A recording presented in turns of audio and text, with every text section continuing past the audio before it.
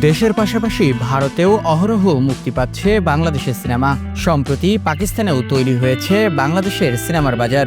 গত ঈদে বাংলাদেশে মুক্তি পায় জাজ মাল্টিমিডিয়ার সিনেমা মোনা জিন্টু। পরবর্তীতে পাকিস্তানের বিভিন্ন প্রদেশের ২৪টি প্রেক্ষাগৃহে মুক্তি পায় সিনেমাটি। Double million offer Walton fridge কিনে পেতে পারেন ২০ লক্ষ টাকা, রয়েছে কোটি কোটি টাকার নিশ্চিত উপহার। এরপরেই শাকিব খানের তুফান সিনেমাটিও মুক্তি পেয়েছিল পাকিস্তানের ৪৩টি প্রেক্ষাগৃহে। সর্বশেষ দরদ সিনেমাটি পাকিস্তানে মুক্তি পাওয়ার কথা থাকলেও সিনেমাটির প্রিভিউ কপি দেখে তা না নেওয়ার সিদ্ধান্ত নেন দেশটির প্রদর্শকরা।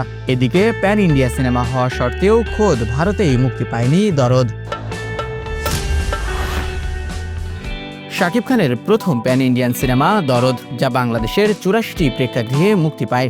মুক্তির প্রথম দিনে মাল্টিপ্লেক্সে সর্বোচ্চ বিক্রির রেকর্ড গড়ে সিনেমাটি। সিঙ্গেল স্ক্রিনেও শুরুটা খারাপ ছিল না, কিন্তু মুক্তির দুদিন পর থেকেই দর্শক কমতে শুরু করে সিনেমাটির।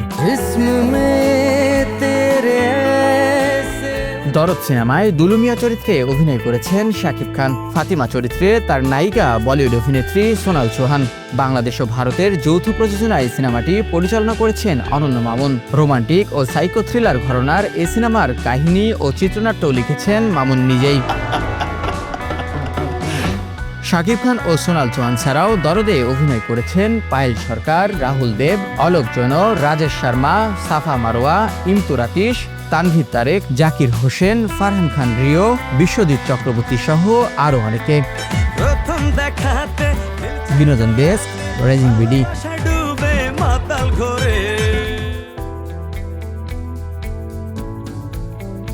Double million offer Walton fridge কিনে পেতে পারেন ২০ লক্ষ টাকা, রয়েছে কোটি কোটি টাকার নিশ্চিত উপহার।